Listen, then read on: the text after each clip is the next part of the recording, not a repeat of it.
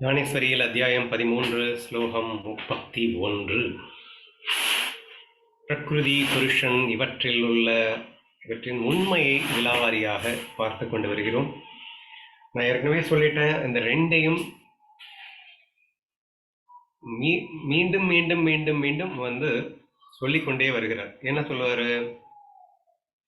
புருஷன் பிரகிருதி ரெண்டும் வேற வேற. இது உண்மை, அது பொய், இது மாய, அது சத்து இல்லையா?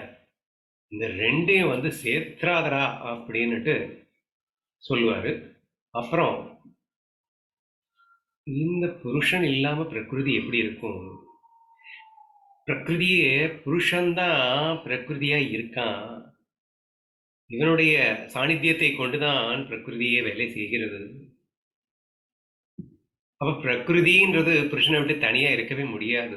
பிரகிருதியினுடைய கற்பனை தான் இந்த உலகம் அப்படின்னுட்டு, அப்புறம் இந்த உலகமும் பிரகிருதி, புருஷனுடைய கற்பனை தான் இந்த உலகம், பிரகிருதி. சரியா? பிரகிருதினா உலகம்னு வச்சுக்கோங்க, மாயான்னு வச்சுக்கோங்க. புருஷன் தான் பிரகிருதியா இருக்கான். புருஷனுக்கும் பிரகிருதிக்கும் பிரிச்சு பார்க்க முடியாது. புருஷனே பிரகிருதியாக இருக்கின்றான்னா உலகமாக இருக்கின்றான்.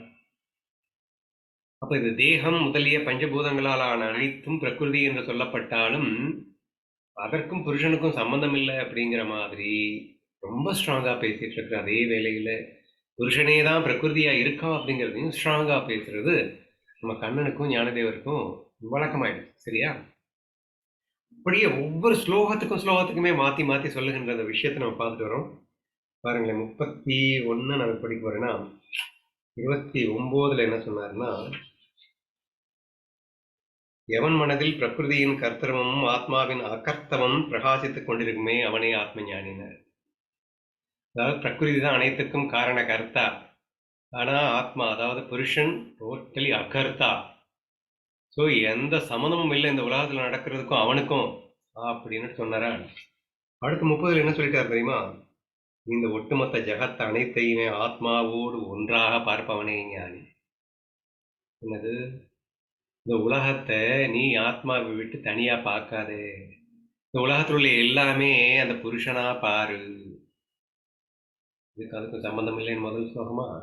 இப்போ இது நீ இந்த உலகத்தையே எதுவா பார்க்கணும்னா ஆத்மாவா தான் பார்க்கணும் அப்படின்ட்டாரா. இப்போ 31 படிக்க போறேன். ஆத்மாவுக்கும் தேகத்துக்கும் சம்பந்தமே இல்லாமை அப்படின்னு எக்ஸ்பிளைன் பண்றேன்.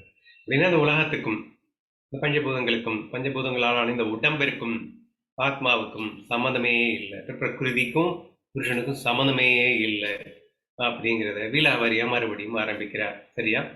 ஸோ இந்த விஷயங்களை நம்ம ஆழமா புரிஞ்சுக்கணும். அந்த புரிஞ்சுக்கிறதுனுடைய பலன் என்ன, ஏன் எப்படி மாற்றி மாற்றி சொல்லிட்டு இருக்கேன் அப்படிங்கிறதையும் பின்னாடி சொல்ல வர்றாரு. இப்போதைக்கு இந்த புருஷனுக்கும் இந்த தேகத்துக்கும் சம்மதம் இல்லை என்பதை அவர் எப்படி சொல்லுகின்றார் என்பதை படிக்கிறேன், கேளுங்கள். பரமாத்ம வஸ்துவின் ஸ்வரூபம் இப்படி இருக்கிறது என்று தெரிந்து கொள்ளப்பா. ஜலத்தில் காணப்பட்ட சூரியன் மேல் ஜலம் ஒட்டி கொள்ளாதது போலே ஆரம்பிச்சாரா. ஸோ சூரியன், நீங்க ஒரு தண்ணீர்ல சூரியனுடைய பிரதிபிம்பம் தெரியுது. சூரியனுடைய பிரதிபிம்பம் தெரியுது அப்படிங்கிறதுனால அதை சூரியன் சொல்ல முடியுமா? சொல்லவே முடியாது. ஆனா சூரியன் இல்லைன்னா இங்க பிரதிபிம்பம் தெரியுமா? தெரியாது. ஸோ அதனாலதான் இந்த எக்ஸாம்பிள சொல்லிட்டு காட்டுறாரு.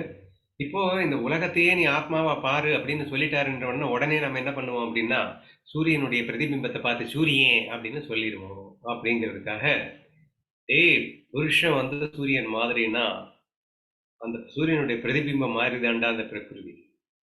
சூரியனுக்கும் பிம்பத்துக்கும் என்ன சம்பந்தம் இருக்கு? அது பாட்டு அங்க இருக்கு. இது பார்த்துட்டு நீ சூரியன்கிற அப்படின்னு நம்ம சொல்ற மாதிரி அப்படியே உல்டாவா இந்த ஸ்லோகம் ஃபுல்லாவே என்ன சொல்ல வர்றாரு அப்படின்னா, புருஷனின் சாநித்தியத்தை கொண்டு பிரகிருதி இயங்கினாலும் புருஷனுக்கும் பிரகிருதிக்கும் சம்மந்தமே இல்லை அப்படிங்கிற அந்த மேட்டர் தான் வலியுறுத்துகிறார். அன்றையும் அந்த சூரியன் அந்த ஜலம் ஏற்பட்டதற்கு முன்னும் அது வற்றி போன பின்னும் சித்தமா இருந்து கொண்டே ஜலத்தில் பிரதிபிம்பிக்கப்படும் போது மற்றவர்கள் கண்ணுக்கு புலப்படும் போதும் தேகத்தில் இருப்பது போல் காணப்படும். சரி, புலப்படுவது போலே. என்ன அழகா எக்ஸாம்பிள் பாருங்களேன். தண்ணி இருக்கும்போது, தண்ணிக்கு முன்னாடி தண்ணியில பிரதிபிம்பித்துக் கொண்டு தெரிந்து கொண்டிருக்கும் போது தண்ணி வத்தி போயிட்டு காணாம போயிடுச்சு. சூரியன் எப்பயும் இருந்துட்டு தான் இருக்கு. ஒரு குளத்துல தண்ணி இருக்கு, அந்த தண்ணீரில பிரதிபிம்பம் தெரிந்து கொண்டிருக்கிறது அப்படின்னு சொல்றீங்க. ஆனா உண்மையான சூரியன்கிறது இந்த குளம் வற்றி போய் முதல்ல இருந்தது இல்லை, அப்பயும் சூரியன் இல்லை. இப்ப தண்ணி வந்துருச்சு இல்லை, சரி அப்பயும் சூரியன் இருந்தது. இப்ப குளத்துல தண்ணி வந்ததுக்கு அப்புறம் அதை பிரதிபிம்பித்து உன் கண்களுக்கு தெரிகிறது இல்லையா? இப்போதும் சூரியன் இருக்கிறது. திருப்பி வற்றி போன பிறகு உன் கண்ணுக்கு தெரியாது, ஆனாலும் சூரியன் இருந்து கொண்டுதான் இருக்கும். அப்போ this is the way you have to connect அப்படிங்கிறது. இந்த மாதிரி தாண்டா ஆத்மா. ஆத்மா இந்த உடம்புல இருக்கும் போதும் சரி, இந்த உடம்பா இல்லாத போதும் சரி, இல்லை நீ செத்து போன பிறகும் சரி, ஆத்மா ஆத்மா இருந்து கொண்டேதான் இருக்கும். ஆத்மானா புருஷன். அந்த புருஷன் இந்த பாடியோட நீயே கனெக்ட் பண்ணிட்டு இந்த பாடி செத்து போன ஆத்மா செத்து போயிடுச்சு அப்படின்னு எல்லாம் ஆத்மா பிறந்துருச்சுன்னு சொல்லிடாதே. அது வேற, அது வேற, அது அப்படியே இருக்கும், சாஸ்வதமானது, நிரந்தரமானது. இது சேனத்துக்கு அழிஞ்சுக்கிட்டு போயிட்டு இருக்குப்பா. இதுக்கும் அதுக்கும் என்னப்பா கனெக்டிவிட்டி இருக்கு? Try to understand. இது பிரகிருதி அப்படிங்கிறது புருஷன் அப்படிங்கிறவனோட எந்த விதமான கனெக்ஷனும் கிடையாது. அதுக்காக டோட்டலா கனெக்ஷன் கிடையாதுன்னு நினைக்கக்கூடாது. அவன் தான் சும்மா நாச்சுக்கும் இதுவா இருக்கான். பட் சும்மா நாச்சுக்கும் இருக்கான்றதுனால கனெக்ஷன் கிடையாதுன்னு சொல்றோம். ஆனா அவன் தான் இருக்கிறது அப்படிங்கிறப்போ கனெக்ஷன் இருக்குன்னு சொல்ல வேண்டியது இருக்கு. ஸோ இன் திஸ் வே நீங்க புரிஞ்சுக்கோங்க. சரி, இங்கே சொல்ல வரதை மட்டும் நம்ம பார்ப்போம். அந்த மாதிரி எப்படி சூரியன் இருக்கோ அதே மாதிரி தேகத்தில் இருப்பது போல் காணப்படும் ஆத்மா தேகத்தில் இருக்கிறது என்பதில் உண்மை கொஞ்சம் கூட இல்லை. தேகத்தில் இருப்பது போல் தெரிகிறது. சூரியன் பிரதிபிம்பத்து குளத்துல இருக்கிற மாதிரி தெரியுது. குளத்திலேயா இருக்கு? இல்லை இல்லை. அந்த மாதிரி உன்னுடைய energy, the life force, the vital force, the atma இந்த உடம்புல இருக்கிற மாதிரி தெரியும். அது என்ன, அவன் தான் இந்த வேஷம் போட்டு வந்திருக்கானு. வேஷத்தை பாட்டு நீ உண்மை நம்பிடக்கூடாது அப்படிங்கிற. அது தன்னிடத்திலேயே எப்போதும் இருந்து கொண்டிருக்கிறது. கண்ணாடியில் முகம் பிரதிபிம்பித்து பார்க்கப்படுகிற போது அது கண்ணாடிக்குள் இருப்பதாக தோன்றும் தோற்றத்தில் கொஞ்சமேனும் உண்மை இராதது போலே இந்த ஆத்ம தத்துவத்துக்கும் தேகத்துக்கும் சேர்க்கை ஏற்படுகிறது என்று வார்த்தை முற்றிலும் உண்மை அற்றதே. ஆக்சுவலி நீங்க நிக்கிறீங்க, கண்ணாடியை பாக்குறீங்க, கண்ணாடியில பார்த்தா உங்களை மாதிரியே ஒரு உருவம் தெரியுது. இங்க பாரு நான் இருக்கேன் அப்படின்னு நான் சொல்லுவேங்க. நீங்க இங்கதான் இருப்பீங்க. அது பொய். அது தெரியும்ன்றதுனால அதுவா நீங்க ஆயிடுவீங்களா? அந்த மாதிரி தான்டா ஆத்மா அவனுடைய ரெஃப்ளெக்ஷனா இங்க பிரகிருதி இருக்குதான். ஆனா அதுக்காக ஆத்மாவா அது கண்ணாடிக்குள்ள இருக்கிறத போயிட்டு ஆத்மான்னு சொல்லிட்டு இருக்க? இப்ப நான் கண்ணாடிக்கு முன்னாடி நிக்கிறேன், கண்ணாடியில பாக்குறேன். பட் நான் யாருன்னா, நான் இங்க நிக்கிறவன் தான். நான் கண்ணாடிக்கு முன்னாடி தெரிகிறவன் நான் இல்லை. ஏன்னா கண்ணாடியில எதுவுமே இல்லை. எதுவுமே இல்லை, இருக்கிற மாதிரி தெரியுது அப்படிங்கிறது தானே உண்மை. கண்ணாடிக்கு முன்னாடி இருக்கா? கண்ணாடிக்கு முன்னாடி இருக்கிறது நானா? நம்ம பேசிப்போம். டேய், கண்ணாடியில தெரியுது நீதானே அப்படின்னு சொல்லுவோம். கண்ணாடியில என்ன பிம்பம் தான் தெரியுது, நானா தெரியுறேன். நான் எப்படி இங்க கண்ணாடிக்குள்ள போக முடியும்? நீ யோசிக்கிறதே இல்லை. கண்ணாடிக்குள்ள நீ தெரியுற, கண்ணாடிக்குள்ள நான் எப்படி தெரிய முடியும்? சரியா? இன் திஸ் வே நம்ம மிஸ் மேட்ச் பண்ணிக்கிறோம். அந்த மாதிரி தான்டா ஆத்மா உடம்புக்குள்ள இருக்கிற மாதிரி தெரியுது. ஆனா அது ஆத்மா அல்ல, உடம்பு ஆத்மா அல்ல என்று புரிந்து கொள். இப்ப கண்ணாடிக்குள்ள இருக்கக்கூடிய அந்த பிம்பத்தை பார்த்து அது ஸ்ரீகாந்த் அப்படின்னு சொன்னா எவ்வளவு முட்டாள்தனமா, அந்த மாதிரிதான் இந்த உடம்புல ஆத்மா இருக்குன்னு சொன்னா. பட் நீ இல்லைன்னா அது கண்ணாடியில் தெரியாது. அதுவும் உண்மைதான். நீ இருந்தாதான் கண்ணாடியில தெரியுதுன்றதுக்காக கண்ணாடிக்குள்ள இருக்கிறது நீயே ஆயிட முடியுமா? இன் திஸ் வே நம்ம அண்டர்ஸ்டாண்ட் பண்ணிக்கிறது கூட ட்ரை பண்ணலாம் அப்படின்னு நினைக்கிறேன்.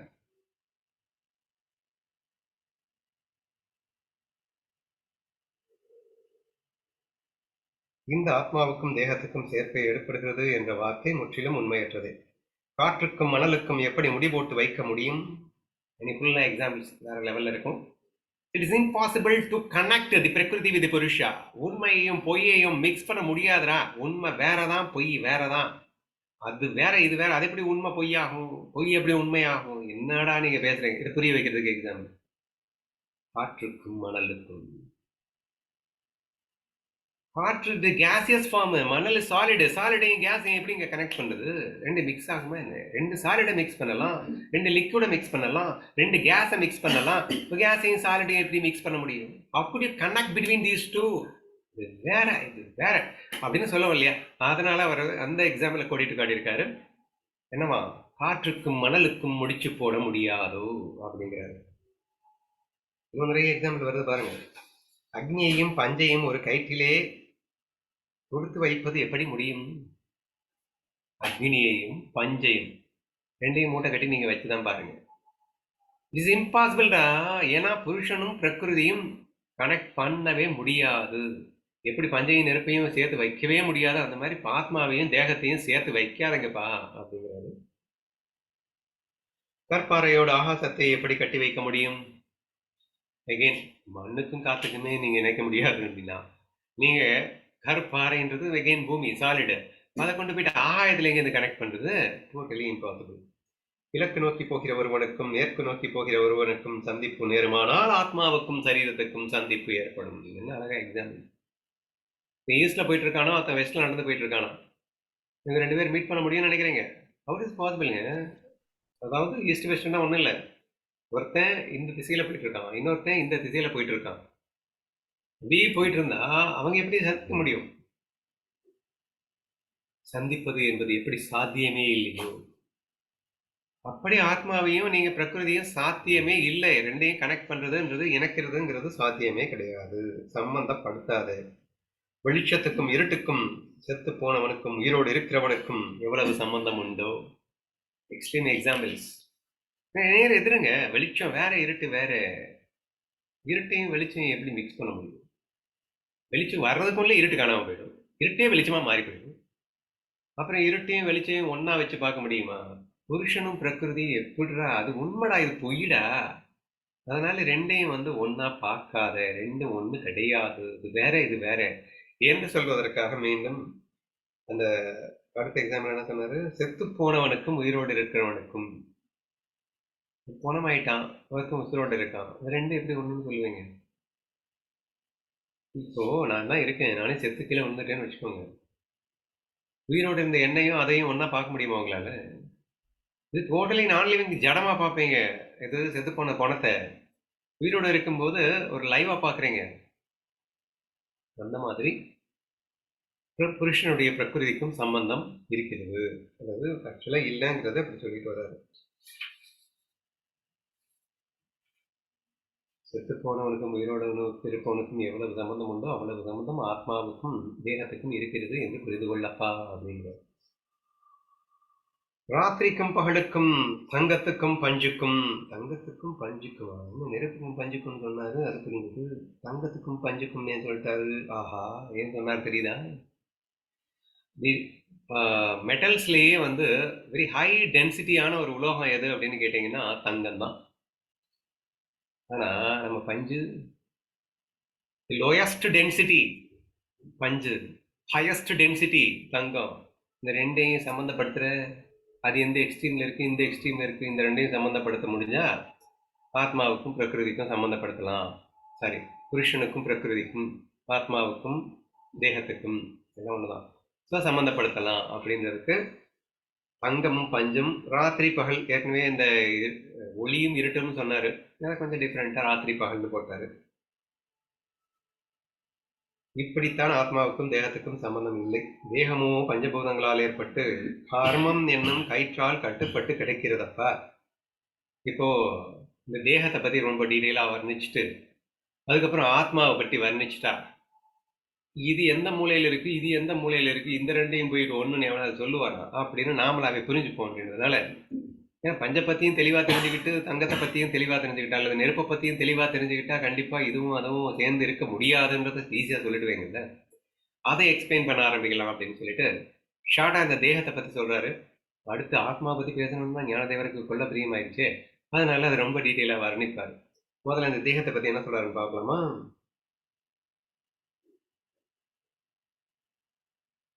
தேகமோ பஞ்சபூதங்களால் 5 பூதங்களால் ஏற்பட்டு கர்மம் என்னும் கயிற்றால் கட்டுப்பட்டு கிடக்கிறது. இந்த பாடி பஞ்சபூதங்களால் ஆனது. ஓகேவா? இது கர்மம் எனும் கயிற்றால் கட்டி இருக்கப்படுகிறது. கர்மம்னா என்ன? கண்டிப்பா எனக்குன்னு சில டியூட்டிஸ் அண்ட் ரெஸ்பான்சிபிலிட்டிஸ் ஆசையிலேருந்து வந்ததுதான். ஸோ அதெல்லாம் இந்த தேகம் எடுத்ததுனாலதான் எனக்கு அந்த ஆசை வந்தது. ஆசை வந்ததுனாலதான் எனக்கு கமிட்மெண்ட்ஸ் வந்தது, ரெஸ்பான்சிபிலிட்டிஸ் வந்தது. அதனால கர்மம் என்ற கயிற்றால் கட்டுப்பட்டு கிடக்கான ஆகிவிடுகிறது இது தேகம். ஓகேவா? ஜனன மரணம் என்னும் சக்கரத்தின் மேல் ஏற்றி வைக்கப்பட்டு அது சுழன்று கொண்டிருக்கிறது. இது செத்து போகும், இது திரும்பி பிறக்கும். ஆத்மா அப்படியா? உடம்ப புரிஞ்சுக்கோடா, இது ஜனன மரண சக்கரத்துக்குள்ள இருக்குடா, ஆத்மா அப்படி இல்லடா அப்படின்னு சொல்றதுக்காக தேகத்தை பத்தி இந்த மாதிரி வர்ணிக்கிறாரு. அது காலன் வாய் எனும் நெருப்பிலே விழுந்து வெண்ணெய் உண்டையாக இருந்து ஒரு ஈ தன் இறப்பைகளை கொட்டும் நேரத்திற்குள் மறைந்து போகிறது. செத்து போகும் அப்படிங்கிறது என்ன வித்தியாசமா சொல்றாரு பாருங்க. காலன் வாயில் காலன் என்னும் நெருப்பில் விழுந்து வெண்ணெய் உண்டையாய் இருந்து ஒரு ஈ தன் இறைப்பைகளை கொட்டும் நேரத்திற்குள் மறைந்து போகிறது. வெண்ணெயை கொண்டு போயிட்டு நெருப்புல போட்டீங்கன்னா என்ன செகண்ட்ல காணாம போயிடும் இல்லையா? பாதியாகி காணாம போயிடும். அதுக்கு எவ்வளவு நேரம் ஆக போகுது? Matter of some seconds. ஒரு ஈயோ கொசுவோ டபக்குன்னு நம்மள கடிக்கிறதுக்கு எவ்வளவு நேரம் ஆக போகுது? Matter of fraction of seconds. அதுக்குள்ள காணாம போயிடுது இந்த தேகம். அதாவது நமக்கு அப்படித்தானங்க இருக்கு. நான் நேற்று இப்போ கூட வந்து நம்ம எப்போ 10th ஸ்டாண்டர்டில் படிச்சுட்டு இருக்கிற மாதிரி ஃபீல் பண்ணிட்டு இருக்கோம். பாலிடெக்னிக்ல நேற்று முடிச்ச மாதிரி இருக்கு. நேற்று தானே சென்னையில் காலேஜில் வந்து படித்தோம். என்னய்யா 50 வயசுன்றாங்க, ஐயையோ அப்படின்னு ஆச்சரியமா இருக்கு. சரியா? நம்பவே முடியலைங்க. நான் கிழவனாயிட்டேன்றாங்க. என்ன குழந்தைங்கள்லாம் தாத்தா தாத்தான்னு கூப்பிடுது. என்னடா நடக்குதுங்க அப்படின்னு பக்கு பக்குன்னு அடிச்சுக்குது. உண்மையிலேயே ஆச்சரியமா இருக்கு. எல்லாருக்கும் ஆச்சரியமா இருக்கும். சரியா? இது எப்படிதான் போகுதுன்னு தெரியலங்க. அப்படிதான் சொல்லியிருக்காரு பாருங்க. ஒரு ஈ கொட்டுற நேரத்துக்குள்ள காணாம போயிடுதான் இந்த தேகம். நெருப்புல வெண்ணெயை போட்டா எவ்வளவு நேரம் இருக்கும்? அப்படித்தான் இந்த உடம்பு இருக்கு. அதனால இந்த உடம்பு உண்மைன்னு நம்பிட்டு நம்ம படுற பாடு அது வேற விஷயம். சரி, இனிவே உடம்பை பத்தி பேசும்போது அப்படி சொல்லியிருக்காரு. ஸோ காணாம போயிடுது அப்படின்னு. அதன் மேல் நாய் விழுந்தால் விஷ்டையாகி விடுகிறது. இவ்விரண்டு கதியையும் அது தப்பித்துக் கொண்டால் புழு கூட்டங்களின் கூண்டாகி விடுகிறது.